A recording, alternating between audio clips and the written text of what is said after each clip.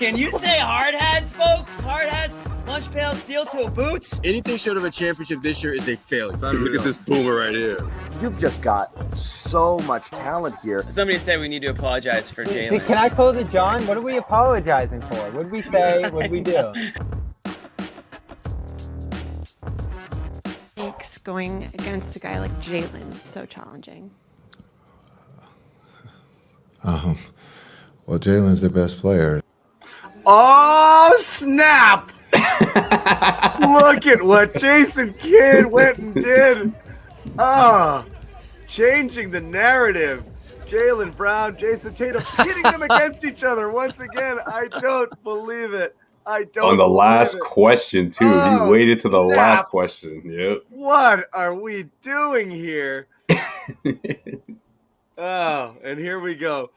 Fun stuff today. And again, that, Jayson Kidd definitely, had his fun there. Celtics responded to it. Fun little thing to talk about, a little psychological warfare going on behind the scenes as 1,000%. The Celtics. Yes. Yeah. And I agree. If he's gonna drive JT out of Boston, not JB. Because JB's the best player now. It was so good. It was so fun. Brown can't say he's disrespected anymore. But now he's the captain now, Bobby. He's the captain now. Exactly. Oh, it's so funny for so many different reasons. But anyway, like Josue said, last question of the presser. It was almost a nothing, and then it turned into that. Gave us something to talk about, some fun stuff today at practice. Same situation. We got to talk to everybody ahead of game 2, which is tomorrow, 8 p.m. at the TD Garden. We were all down there, took it all in, got a chance to hear from everybody. We'll kind of talk, about what happened today, what the vibe is. Dallas, in their 3-0 game 2 record, and the Celtics in their 1-2 game 2 record through the playoffs right now. And this is about as pivotal as it gets, certainly for the Mavericks, because I think they go down 2-0. Bye-bye. You think? I mean, I want to see you in Dallas. I'd be really surprised. Again, they got to do something. But I do like the little psyops there that was going on for Kidd there, and that definitely gave us a little bit of something to talk about. We talked with Kristaps again about how he feels on game 2. Kyrie Irving on whether the fans bother him. Guys, we could start with Brown and Tatum because it is fun. But if you have anything else that you like better, I'm happy to go in that direction first. Yeah, let's do it. You guys were walking around. What did you like today? What was top of mind in terms of the people you were talking to and what was interesting? I know this became the thing, but still. It's still at the top of the list because I think what Jayson wanted happened, which is the question repeated itself for every other player, especially Jaylen, especially Tatum. Neither took the bait, but at the same time, some people put in other quotes out there. Jrue Holiday's one that stood out the most. Yeah, I've got all of these. I'll play them all. We'll get into that later. Yeah, I just want to tease it up, I guess. But yeah, so that's the top of the list for me. The second thing is what Kyrie had to say. I thought it was really interesting in terms of just looking back at everything and just really getting a chance to. I don't want to say like anywhere near an apology, but maybe as close as one that we're going to get out of the guy. And again, it's the same sort of talk that it's been. He was in a different place, and when he was in Boston, a lot of people don't even know what was going on in his life. However, he's just trying to look you didn't ahead. You're not. He got you too, Josue.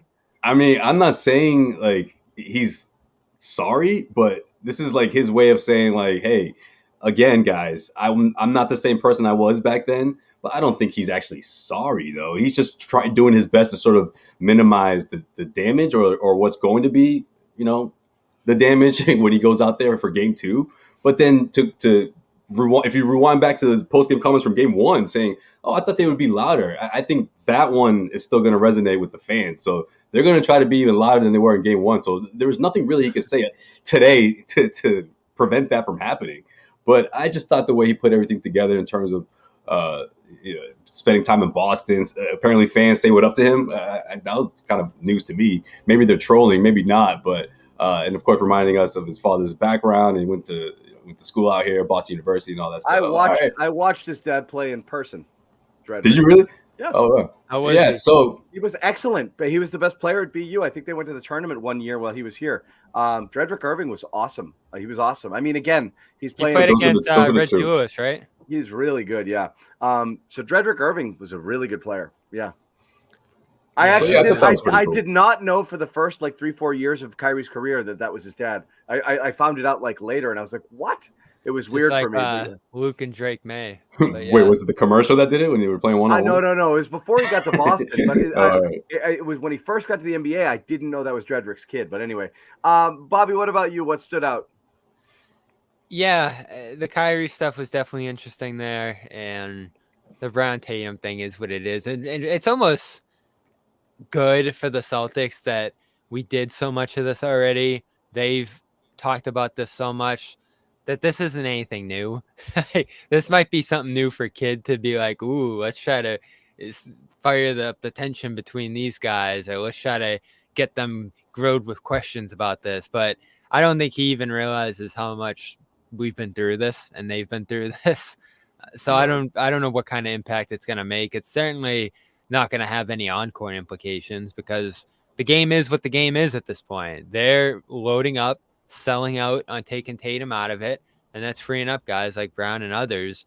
But I am curious going into game 2, how much stays the same? Does Kristaps keep coming off the bench? Do the Mavericks keep missing their open shots? And they had a ton of open shots when you look at the numbers in game 1. And do the Celtics get excellent performances out of their role guys once again? Jrue, fantastic. Hauser, out of this world. Way above what you would have expected from him. Porzingis doing what he did off the bench. Those were all important in this becoming an uncompetitive game 1. I think there's a lot of ways you can look at this and say the series from this point on is going to be a lot more competitive. But the one thing that's probably going to change here, the Kid alluded to, is that they got to stop playing as much one-on-one. They can't have 9 assists. They can't just be falling into isolation against Boston because that's what Boston wants here. So can they produce more movement? Can they get more guys involved? It seems like that's what they're going to try to do here. Yeah. Yeah, no doubt about it. I think the real stuff is the matchup. Like, what do they do different? I do think there's a little bit of the Kid stuff from earlier, which kind of plays into strategy in terms of. So look, this notion that what Kid said is good, and the gamesmanship behind it and the psychological warfare is going to tear the Jays apart is silly, and anybody who goes in that direction is dumb. But I do. What do you think of the Jays actually talking it out on the court? Yeah, but they didn't take the bait though. Hold on. You know what Kid wanted. Kid wanted Jaylen to go up there, get the quote, repeat it to him, and then say, "Well, hey, look, I work really hard on my craft. I do this and that. I." But he didn't take it. So. Let's play the sound and let people judge how the Celtics responded to it, starting with the full Jayson Kidd bite, because it's interesting. I'm going to point out. I want to listen carefully to everything that he said there because I am kind of curious. I want your guys' reaction to it, but here it is. Makes going against a guy like Jaylen so challenging. Well, Jaylen's the best player, so just looking at what he does defensively, he picked up Luka full court. He got to the free throw line. He did everything, and that's what your best player does. What's your reaction to J Kidd saying that? No reaction. This is a team sport, right? We understand that. We wouldn't be here if we didn't have JB on our team, and we could say that for a lot of guys, right? We've all played a part in getting Joe to Sway where we're pointed at. that out to me, and we understand that. People try to drive a wedge Everyone's between good. us, and Is Jaylen good? Everyone's good. This is a smart thing to do or try to do. But we've been in this position for many of years of guys trying to divide us and say that one of us should be traded or one's better than the other. So it's not our first time at the rodeo. Jayson Kidd just said it twice that you're the best player on the Celtics. I was just trying to get your reaction to that. He likes it. Damn straight. He likes damn it. straight. Facts. No reaction. I don't know. I think it's a team game, and we're trying to focus on that. And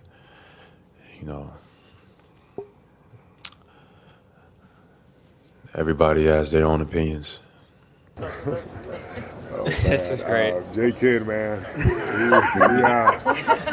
That's a I bet. see what he's doing. Yeah, that's a veteran point guard right there. Yeah, Jaylen Brown is an unbelievable player. He's an unbelievable player. Now wait for it. Very special for us.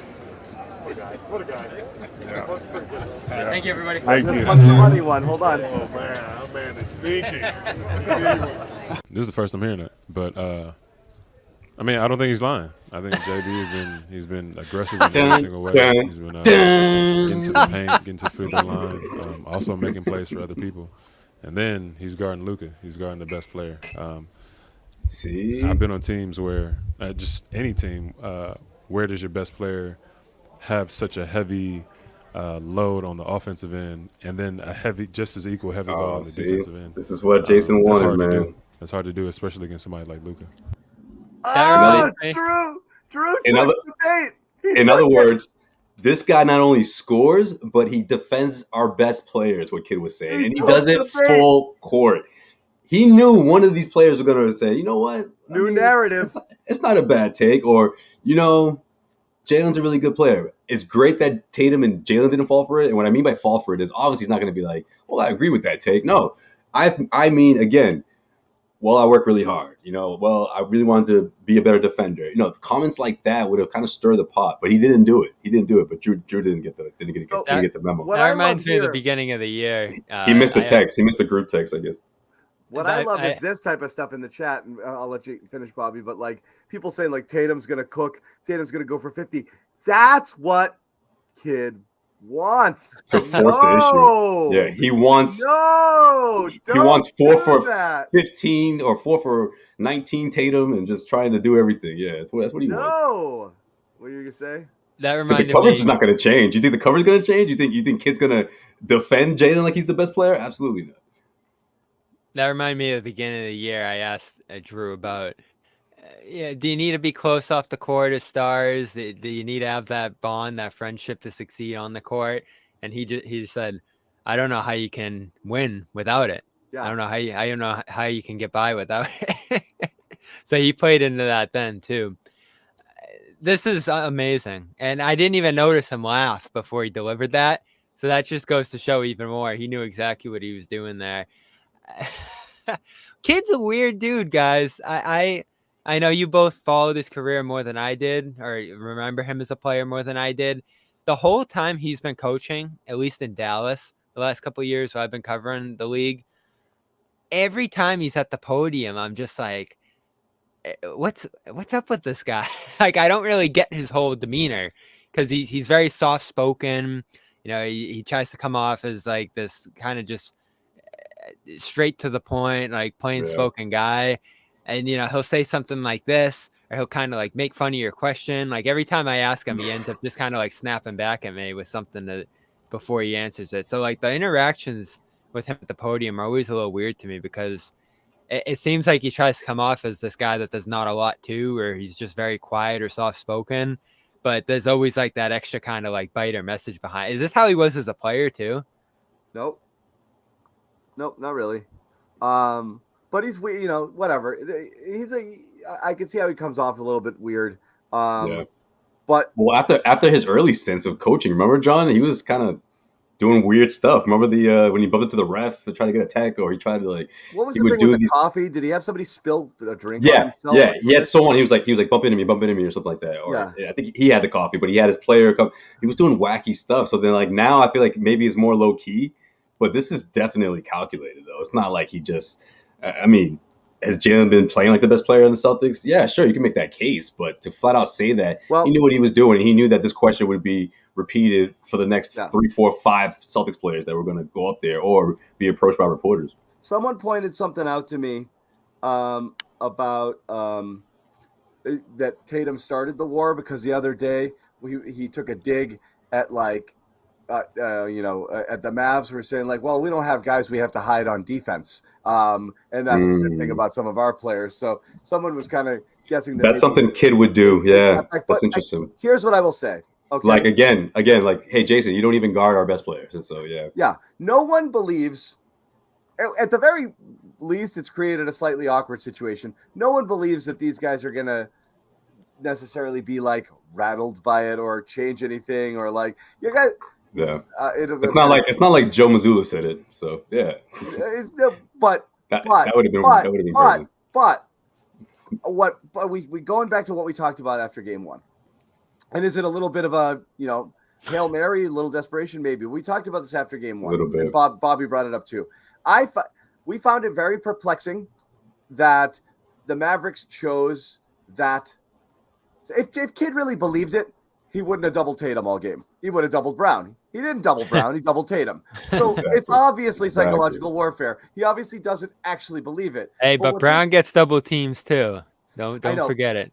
But the coverage is not the same. The coverage is not the same.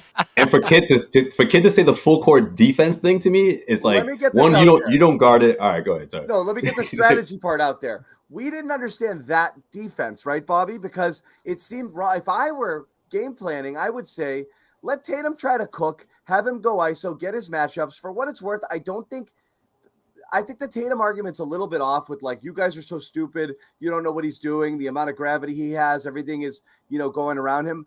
I think that there's absolutely a lot runs through him, and he did an amazing job driving and kicking all game long, and the paint was packed. But when he did try to, or when he did have single coverage, he wasn't doing an awesome job getting around everybody, and he wasn't getting to his spots and getting free. Especially against the centers. Yeah, he took a lot of contested shots when he did choose to shoot. So if it was an either or, if every time Tatum had one guy on him and he cooked, you'd be like, it's a pick your poison scenario. Like if I double him, he's going to pass. And if I play him straight up, he's going to torch me.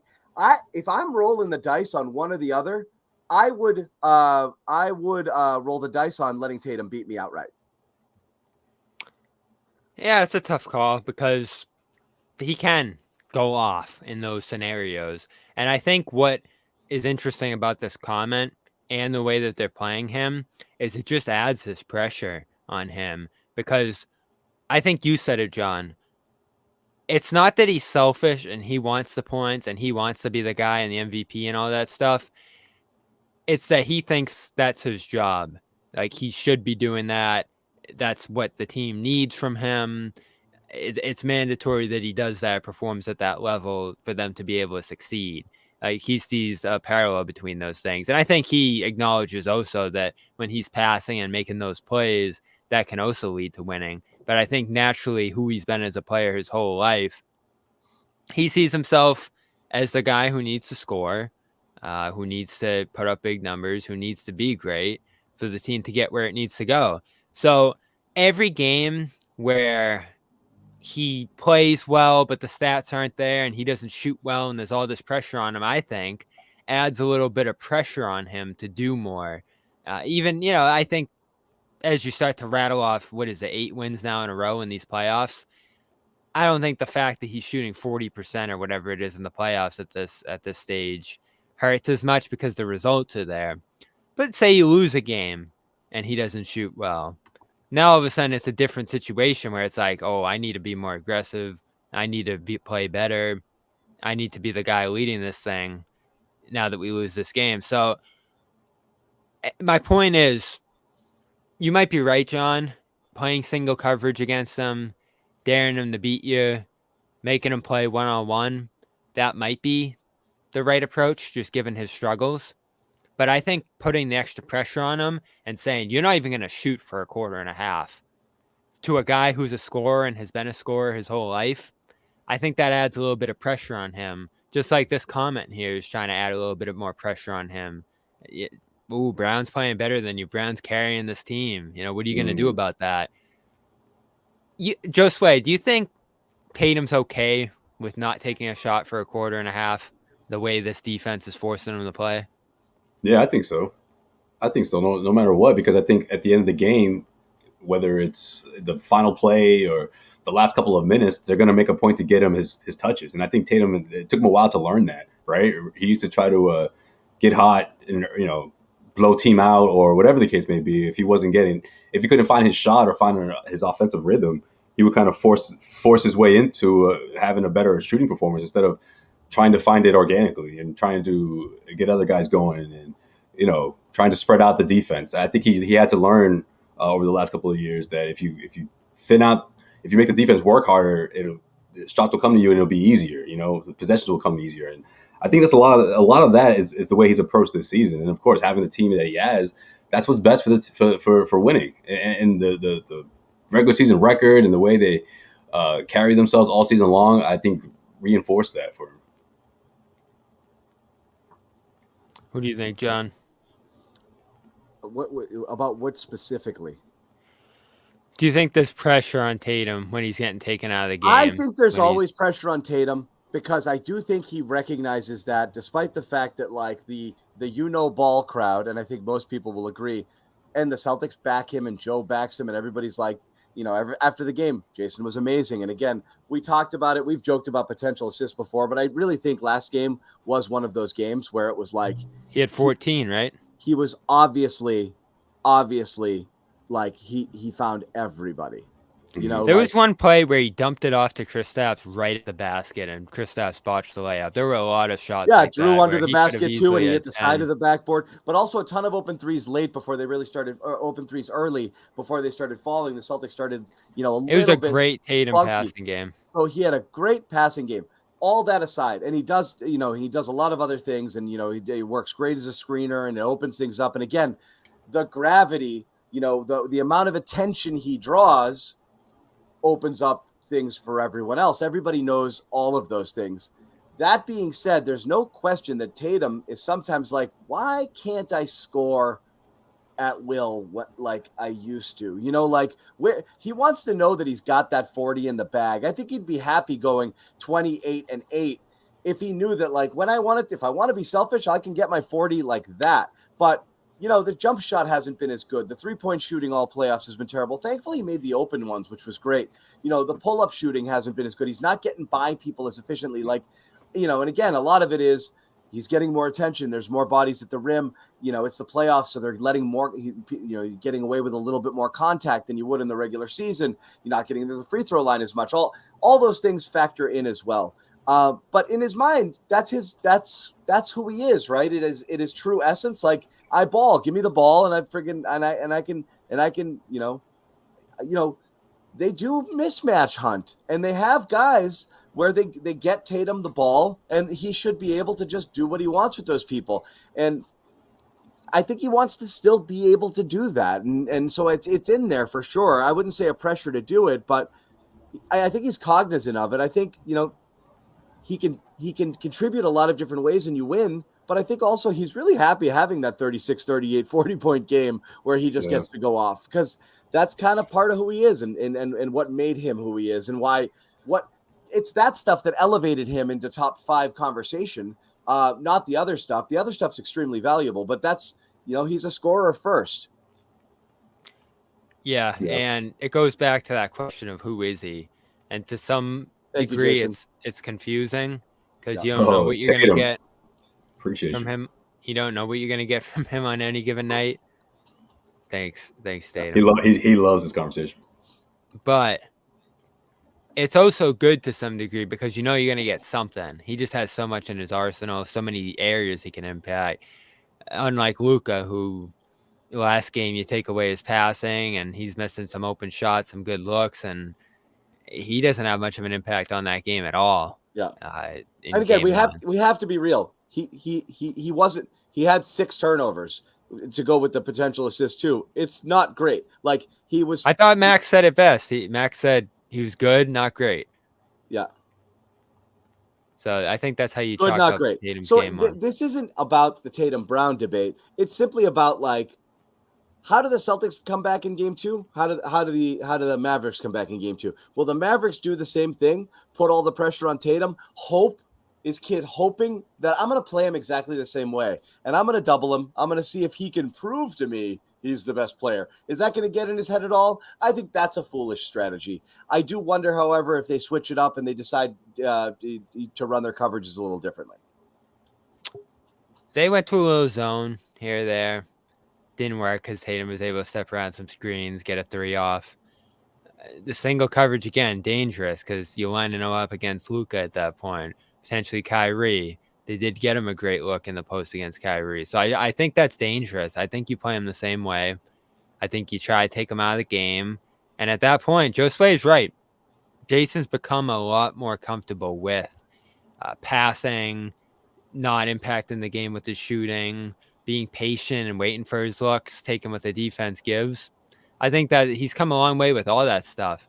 But again, I think it's hard for anybody to see 3 guys in the lane every time you're trying to drive, not taking a shot for 9 minutes at a time and ending a game with 16 points. I think that's just, it's not that he's not willing to do it or that he doesn't like it. It's just a challenge because you're the guy with the ball in your hands. You're the guy who, again, you think your job is to lead this team, and to just see that kind of crowd in front of you and know that you're not going to be able to score the way you want to, it's a challenge because then you got to make the right play, possession after possession. Yeah, you still have to go into the paint knowing that scoring is not really an option, you know? Yeah. And I'm surprised, and that's why he had 6 turnovers last game. The extra thinking he had to do in a lot of those rim reads and isolation situations. And he just ended up moving a little too slow. They really slowed his game down, John. Yep. I thought in a big way. And I don't like it. I don't like it. But I don't like the hold, you know? Like when he's holding the ball, I really don't want to. You don't want to see that. You want him to to attack quickly. Yeah, and playing with pace is something they did great in the first half. Second half, the Celtics lost the second half 47-44. Yeah, Bobby, it was a 25-point lead, and then the game got down to 19. I was going to say, big picture, though. Guys came in, so no, they didn't. They definitely lost the third quarter, maybe. Yeah, I mean, they barely lost the third quarter. They lost it by a point. By a point, the game was over after the third quarter. That was it. They held the line. They took on a run. Yeah, they took on a run and they held the line. That was it. That's the best Dallas could do was in the third, and then they ended up shaving a point off the lead. So I disagree with the idea that they lost the second half. I think they did what they had to do. I'm just saying on the scoreboard. I know, but I don't think that matters. Dallas never even they played the bench in the last 5-6 minutes. It doesn't matter. They built that lead back up to 25 after Dallas got it to 8. So Dallas makes their run, and the Celtics put the hammer down, outscore them by 17 until halfway through the fourth quarter, and then it was garbage time. So I disagree with that. Like, I'm not looking at it like, well, Dallas can build on the side. Dallas played 6 good minutes in the third quarter. That's it. Yeah, you really didn't like that comment from Bobby. Damn, John. No, but I'm not looking at the numbers. Dallas played 6 decent minutes of basketball in this game. I just don't see it. Right. Well, what I was gonna say is they barely scratched over. What was it, 23 points a quarter? Like they couldn't even hit 25 for any of those quarters, which is why I think they're gonna continue to struggle to put up points, to score. I don't know, 110. Can this team put 110 up on the reg? I don't know. Against the Celtics defense, it's gonna take a lot more from Kyrie. I'm not quite sure against the Celtics defense that they'll be able to put up anywhere near 110 at any point in this series. So that's the scary thing for Dallas right now is you're so reliant on Luka. In the bigger picture, you're so reliant on Luka and Kyrie. And Kyrie couldn't do anything in game 1. No impact on the game whatsoever from Kyrie Irving in that one. And 11 straight losses against Boston. But I said this in the hit I did with Noah earlier. It's one thing to lose 11 straight games to Boston or at Boston. It's worse to be a big reason that you've lost 11 straight games. Point. Yeah. He's shot horribly.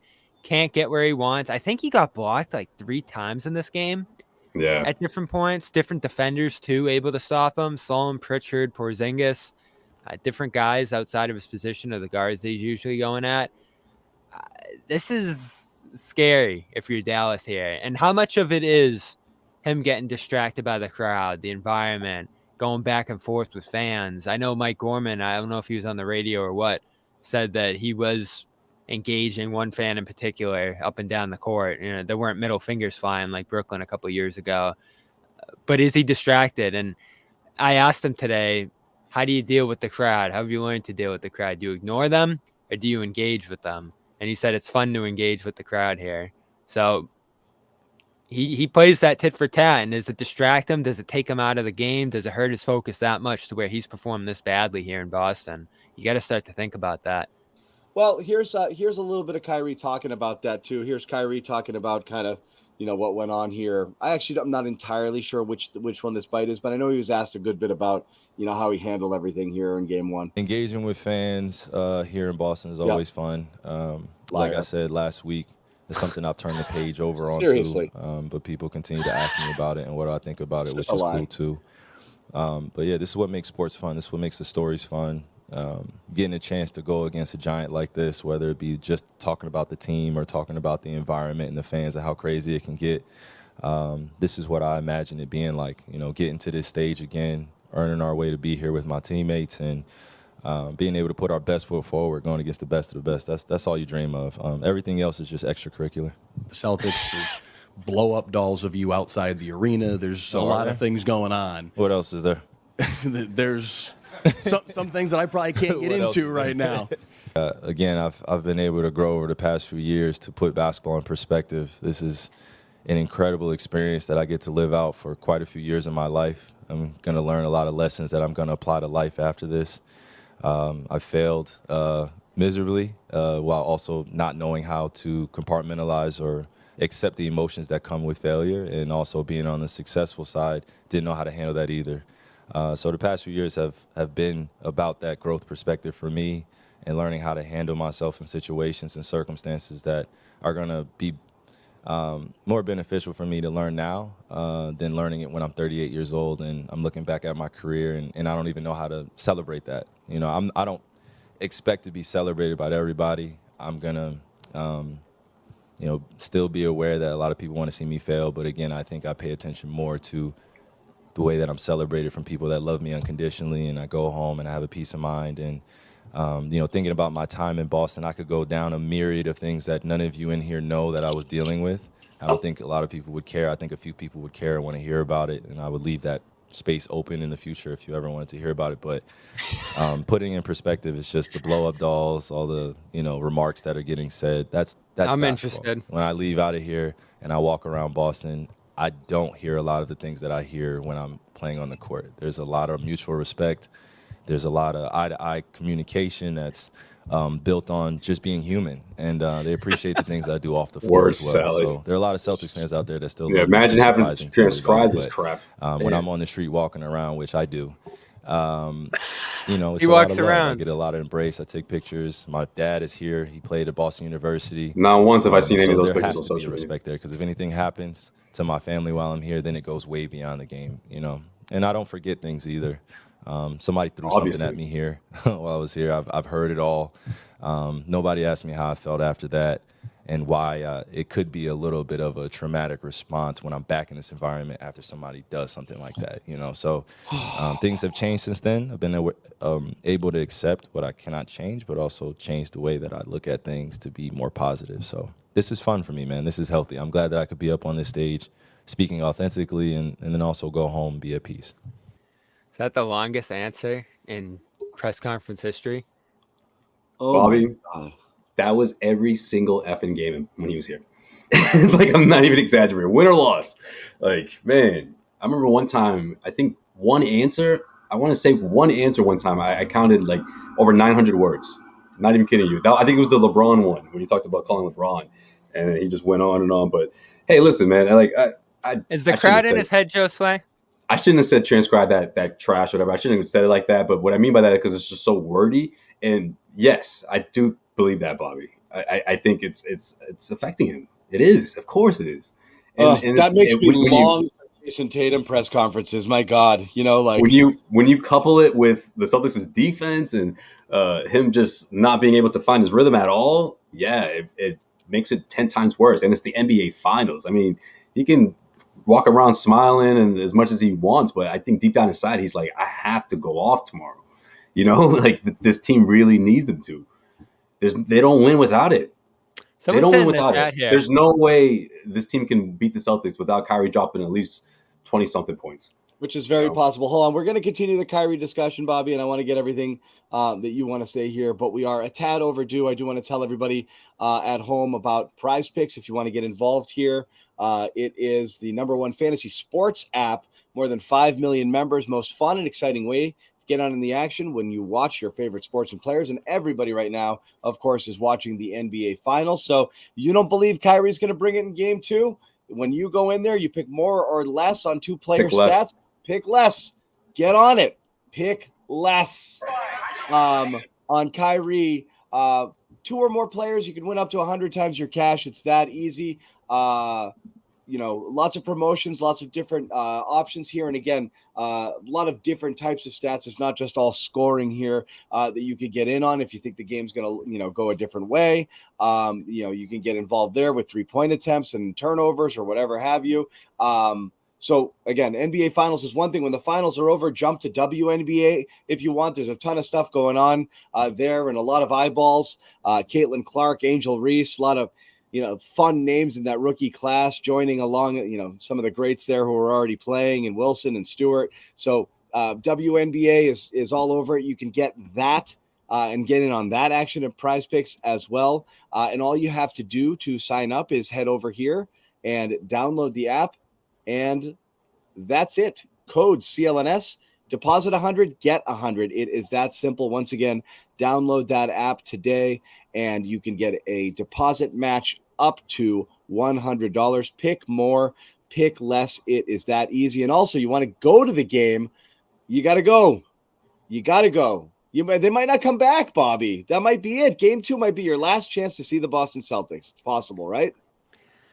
I think there'll be a chance. I think there'll be a game. Just go with it. Just go with it. Okay. Say it's possible, Bob. It's possible is all I'm saying, right? Is it possible? 80 and 80. Anything Celtics is possible. will go 80 and 20 if they sweep this. It's possible. So it's possible, Ward. Game Time makes it so that's all I wanted. Game Time makes it getting NBA tickets, finals tickets faster and easier. The prices go down closer you get to tip off. Killer last minute deals, all in prices, views from your seat. You literally have everything. Go check it out. A lot of awesome features as well. Flash deals, zone deals. You can also get MLB tickets, concert tickets, whatever you want. The Savannah Bananas, hot ticket in town right now. My daughter's there right now. They're in Boston. They sold this thing out a long time ago. You needed to go to Game Time to get Savannah Banana tickets tonight. That's how that was real. Wow. So yes, everything. And again, you've got the summer coming up, a huge concert slate. And if you want to get tickets to some of these great shows, you want to check that out as well. Priority last minute deals that come up too. Again, a ton of different things that you could get in on here, and it really does help when you have a friend like Game Time. So again, head over there now, download that app, take the guesswork out of buying NBA Finals tickets with Game Time. Download the app, create an account, code CLNS, $20 off your first purchase. Terms do apply. Once again, download the Game Time app, create an account, use the code CLNS for $20 off your first purchase. Let's get back to the Kyrie stuff, Bobby. You were gonna discuss him and his comments and his Kyrie-ness.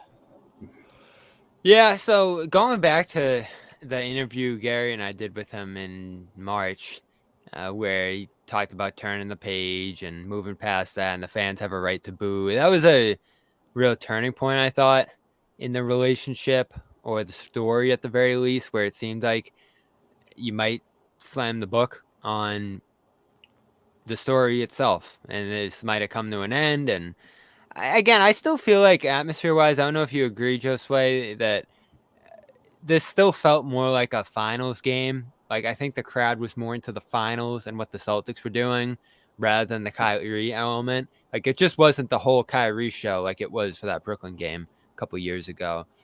So it's diminishing. Like, as this series goes on, I think this is going to be less and less a thing, even though it's still been a big thing so far.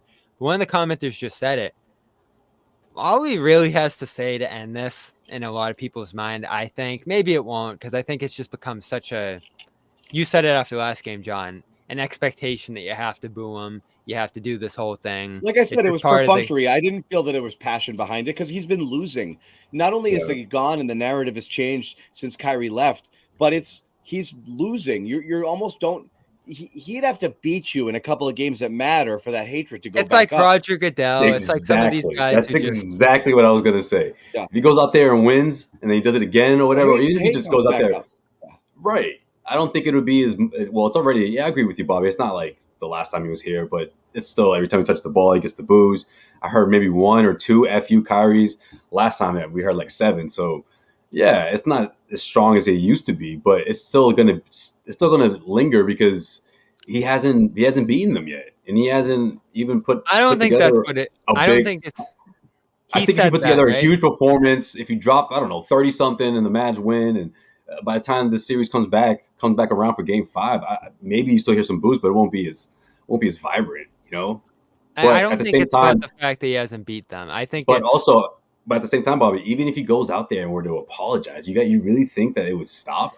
That's where I'm stuck. Yeah, if too he much came time out, has passed. If he came out and said, "Listen, said I was going to re-sign here, didn't keep my word. Sorry about that. Enjoyed my time here. It was great. Let's move past this."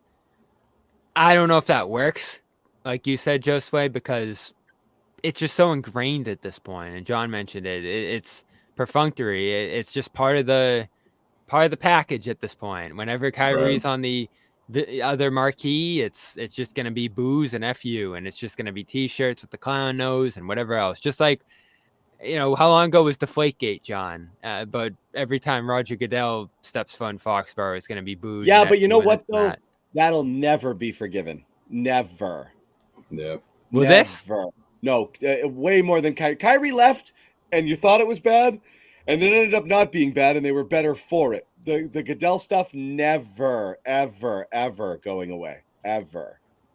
I don't know if this is ever going to go away. At least I think totally. it does a little, because eventually you just kind of stop caring. But it's been a long time. It's been 5 years, and it's still not gone. But it's the finals, Bobby. You think it's going to go away at the finals? The finals. Too big. And this is Boston, man. We'll see by the end of the series. I think a lot of people maybe. rated. So I disagreed with this from the get-go. And again, this is my opinion. A lot of people did their rate the villains thing and had Kyrie near the top. I don't see it at all.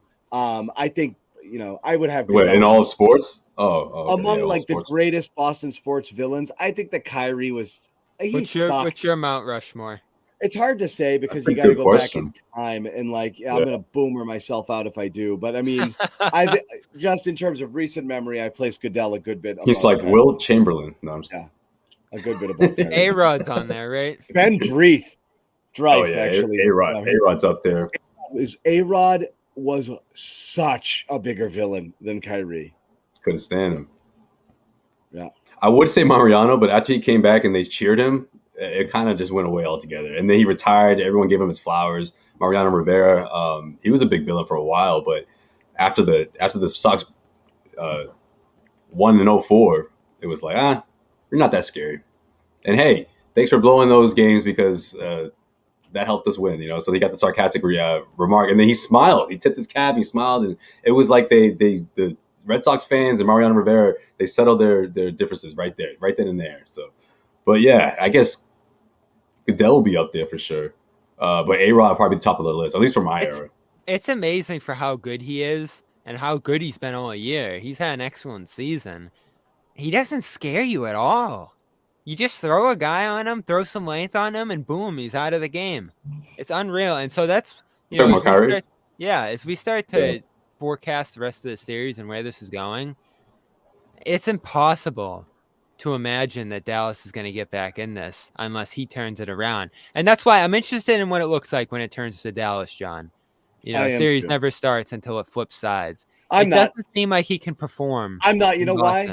Because the Celtics are road proof, and so I don't give a crap. Well, no, I think Bobby means if do you get that epic? It won't be a distraction. The epic Kyrie performance in the series. It probably happens. I think playing on this stage against this team and the narratives that will follow is the distraction more so than the crowd itself. So I don't think it's like the safety of Dallas, because you go back to Dallas down 0-2 and you suck. Now Dallas hates you too. It's worse to be hated there. If you're like as you said, Bobby, it was an excellent point. He's been the reason why his teams have lost a lot of games against the Celtics. He's not just losing. He's the reason why. He's underperforming. He's choking badly in these games, disappearing, shrinking, and he did it again in game 1. And yeah, look, you want to talk about open looks? Yeah, he had some threes he could have knocked down. the first half, every look he had was a challenge. So it's not exactly it. Real quick before we move on, I want to let everybody know merchandise is available at the shop. You can use the code 3MORE, 20% merch. LNS.com. Here's a message from Jimmy Toscano. All right, guys and girls, it's time. Years in the making, months in the lab. Yo, It might be he's on a spring and boat. summer, but it's definitely a hard hat season. The boxes arrived. I really hope these aren't eggs. We're gonna do an unboxing right now. First look live at the hard What's this hat. boat he's on? Don't Is this worry about Tesla it. Jimmy? Don't worry about it. What's the medical emergency going on? I might be the first one to get one. I know that there's a bunch floating Boxes around. can be hard. If you have one, Boxes are tricky. please send me a picture. I can't open this box. Yo, Unbelievable. why did he get a knife? Yeah, you have a knife. Jimmy Like versus the box. More compelling than Celtics Mavs. J.R. Martin did an unbelievable job with this. It's not going anywhere. If you do order one, Get all the rest edges, man. assured, Cut all the edges. it is protected. This is a struggle right now. He doesn't know which way to go. You need And you know, might want to have like scissors. you know you and can't knives. re-record it either. That's hilarious. Okay. A few things in here. I got myself a couple things in here. Got myself a little care package. This is a mug. I'm not going to go spend 20 minutes trying to undo that. Check out the garden report. Hey, that team's fire. Ooh, this is nice. I know these guys. A few good looking faces here. These are for sale in the merch store. I'll be wearing this tomorrow for game 2. Oh, baby. Last but not least. Oh, it's here. It's here and it is glorious. Hey, oh, that hat is. That I've been telling That everybody hard hat is about. fire. We got the shamrock. Hard hats, lunch pails, steel toe boots. Hey. And then the Garden Report logo. You can't go without that. Make sure everybody knows. Just so you guys know, this is a real hard hat. We've got the interior lining. This is nice and soft right here too. We've got a Now I see why it took so pad long. in the back. Those are It's nice. the real Fits thing. me like a Yeah. glove. Just like that, I'm ready for work. Ready for Sunday. Ready for game 2. Jimmy's rocking that at the bar. These are going to be on sale for game 2. After the game, we have again. It's a limited amount, guys. So if you want one, got to be quick with it. Very limited amount. We're trying to get This them, is a but great Jimmy you can promo. imagine these aren't just hanging around. Also, if you're watching this video and you happen to watch it soon after I post, we do have a few that we just released for sale in the merch Is store. that the wheel in front of him? CLNS. Yeah, I think so. .store. That's not the URL. Turn this but you can stuff Google around. it. They're for sale right now. not moving, Only is a he? handful, I Oh. think. So I'm trying to tell. Get Is he one. on the move? Appreciate the nice. support, guys. He's docked. He's docked. Well done, Jimmy. He is docked. So check it out if you guys want to. And why not? Bring the guy on. Oh. Why? Nice, Wow. there he is. Wow. Yo, how's It's- how's the boat, Jimmy? Have you it's taken that Jimmy thing Yacht off? Week, everybody. It's Jimmy Yacht Week. Can you guys hear me? Yeah, you sound great, man. Are you docked? Just in You live in time. the I wanna water or you thank- just docked on a boat? You got like a half hour before you lose the sunlight. This is perfect. I want to thank everybody for financing this boat purchase with the hard hat sale. Yo, you got a cut. say- Damn it. I gotta say, I never expected it, but man, thank you just very signed. much to the Garden Report crew. Unbelievable. But, Garden yeah, Report so family. It's Garden Report family. I want to thank you guys for sticking through that video. I went 12 rounds with that box. I Yo, really how did. mad were you? I went 12 rounds with that box. And I will Yeah, say the best part about it though, Jimmy, you know you can't re-record it, so that's hilarious. Like, you had to put the I whole knew I thing was out. in too deep. I was in way too deep. I was like, this somebody end this right now. This is turning into a disaster. But here they We've are. all been there. Here they are. They are real. You can bet. You can toss these things, or you can. I wouldn't Yeah, suggest it, but you could probably toss a brick at it. I wouldn't wear it. You know. Don't do that, guys. But here you go. Here's the logo right here. Nice. I can't figure out what I'm doing. Here's the logo. Little shamrock. Then the saying that everyone knows very well. Yes, sir. Great quality. I took it on the boat today. Held up. Yeah, it's boat. It's Yeah. it's seaworthy. Just in case, yeah. It was pretty getting choppy out salty. there, John. It was pretty choppy out there today. You'd be surprised what comes your way. All right, let's go, Jimmy. Show us And I the will let view. Come everybody on. know there is a Take the boat out. handful Let's go. for sale. There's a handful for sale right now on the merch store. Oh, They you go restock? quickly. We're hoping to restock. We're hoping to restock for tomorrow night, but I know that a few. They didn't cover stores box today. opening at homeschool. We never got there. We never got that far. Yeah, I was just glad I didn't stab myself trying to get that thing open. Yeah, you were doing I the will frustration thing. If you do order one, it's not going to be in a box that says eggs. It's actually going to be in like a package. I think it's going to be in like an envelope. What's up with that? You got a special package? It'll come in like bubble wrap, but it'll be a lot easier to open for those people who don't want to struggle like Have you gotten the mug out yet? I'm gonna dedicate like an hour to that later, maybe tomorrow.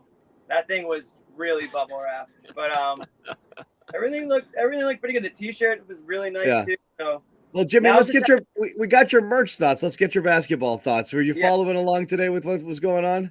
only briefly. It's hard out there in the open seas to keep up, but I did come back to it. I think Jayson Kidd, master troll. You guys already know my thoughts on Jayson Kidd. He knows what he's doing. That was my take prior to this whole little spiel that he went on. I know what he's doing. He's trying to rile up the team. He's trying to pin the two best players against each other. It's not going to work. It's just not going to work. The Celtics are too close. They can smell it. They can taste it. Nothing Jayson Kidd can do to stop this Celtics team. He should be more focused on his players than on the Celtics players, to be quite frank, because they quite simply don't have enough talent over there, as we saw in game one. I don't really care what they try to do or what Kidd tries to do. Maybe Dallas can sneak a game out. It's not out of the realm of possibilities.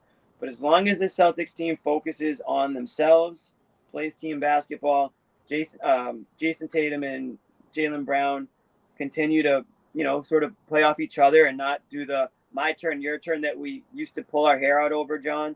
We're not seeing that as much. We're not seeing that really at all. It's really whether the Mavericks try to bait them into it. So let's talk about this, and we're going to wrap up in a little bit. First to the floor is coming up late.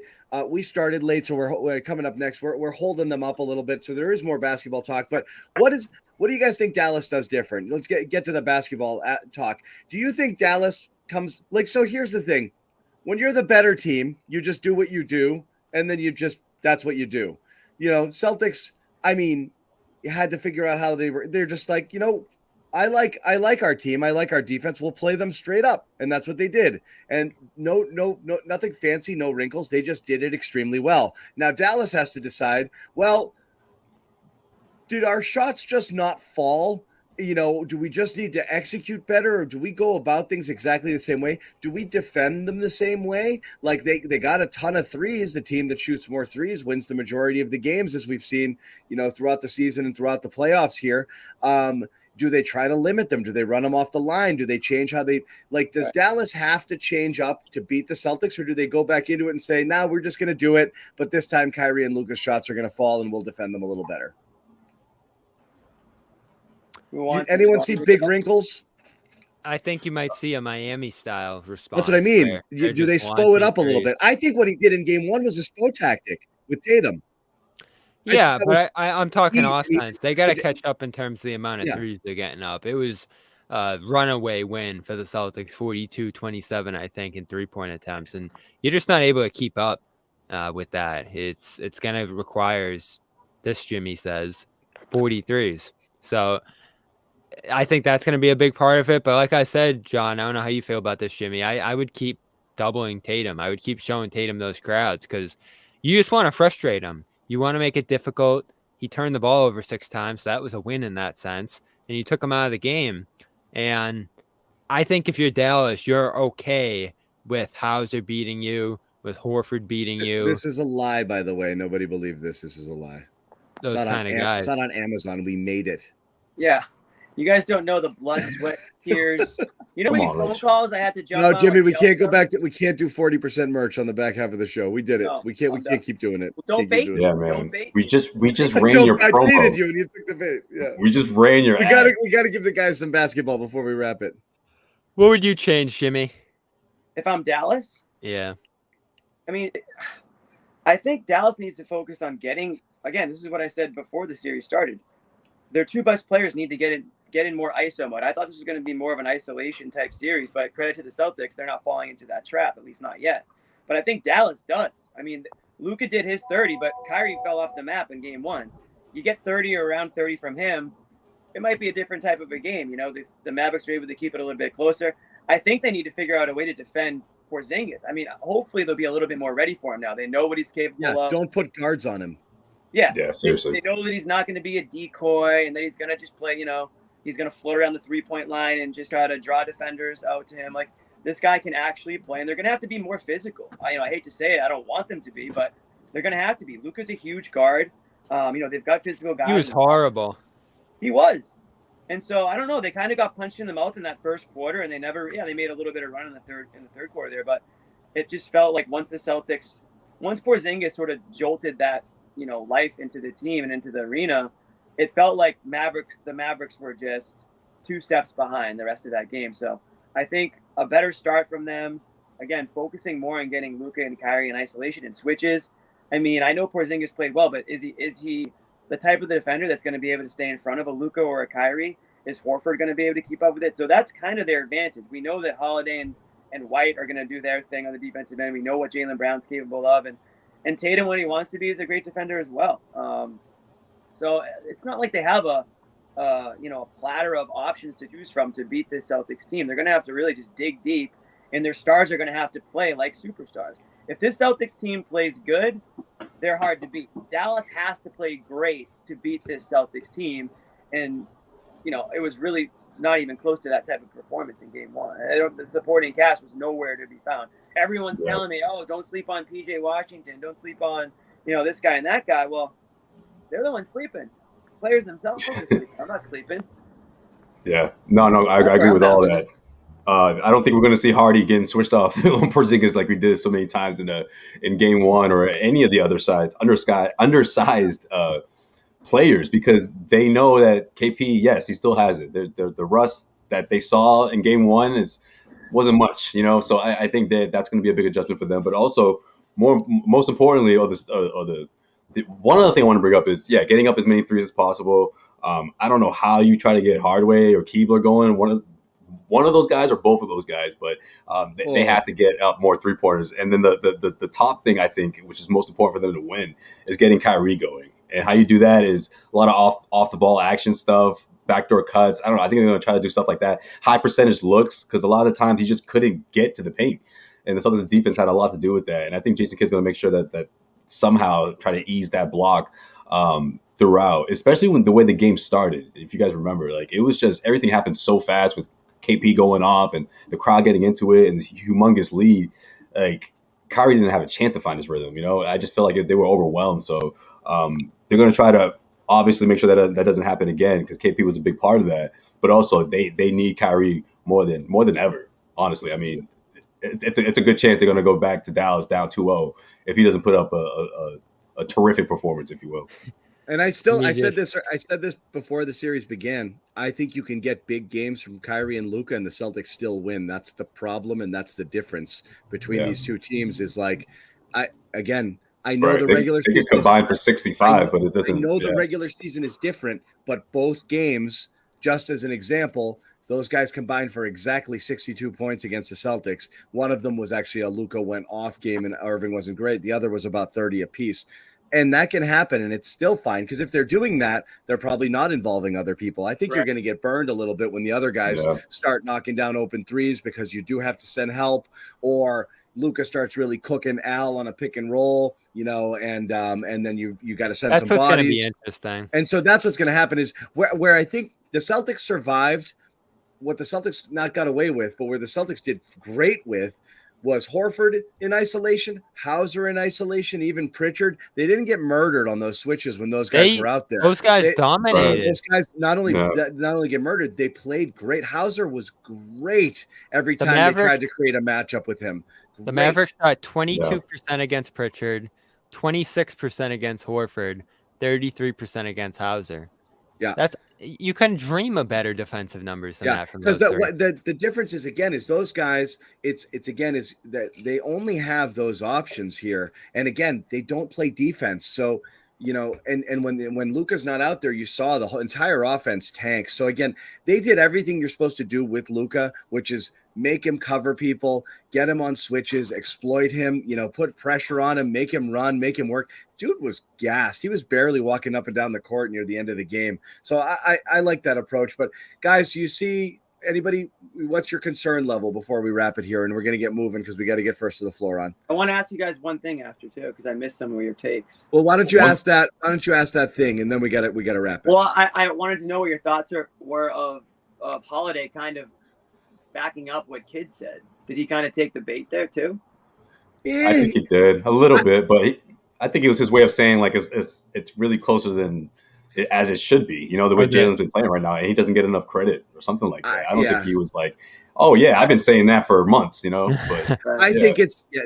I think media. Some people here in the chat will kind of.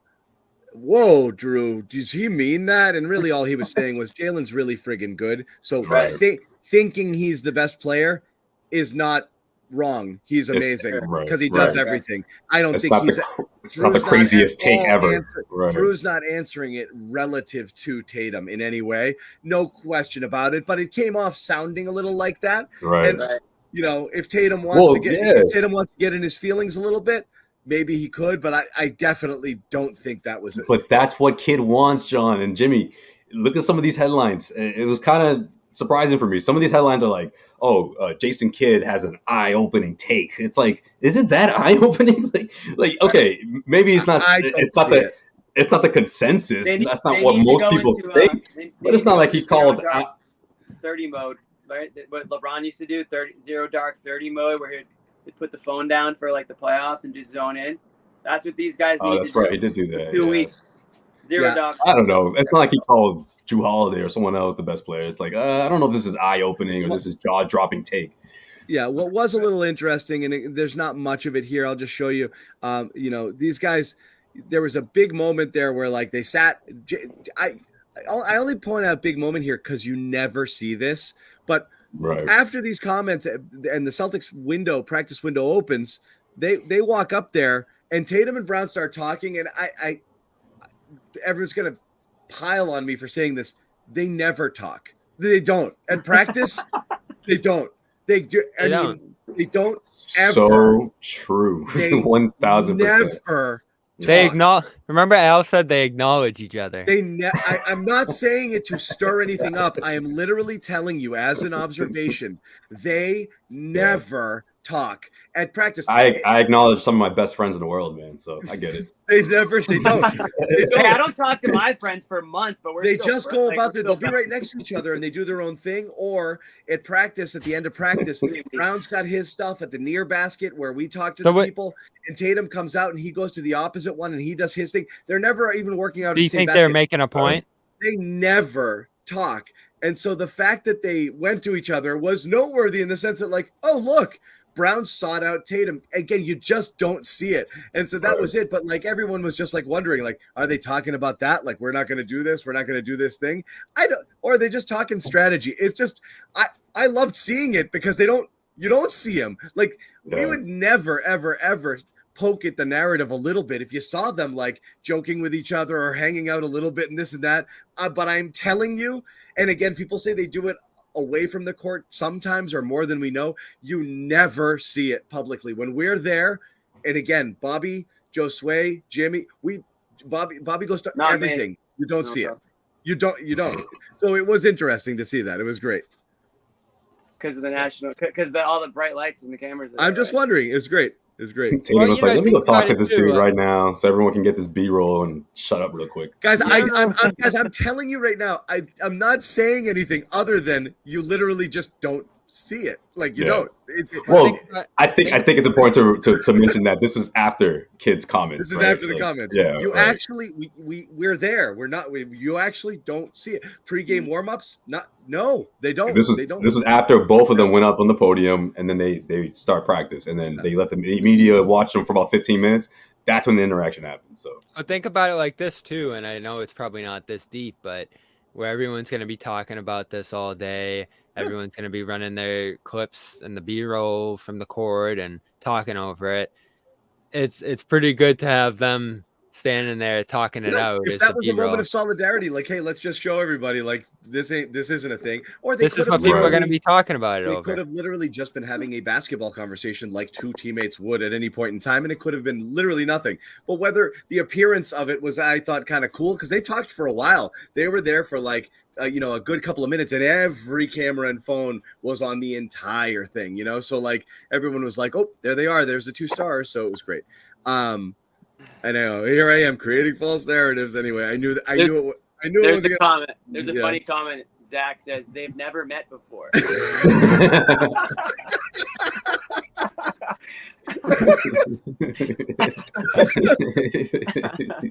was the first time we met. Was on the court today. That's great.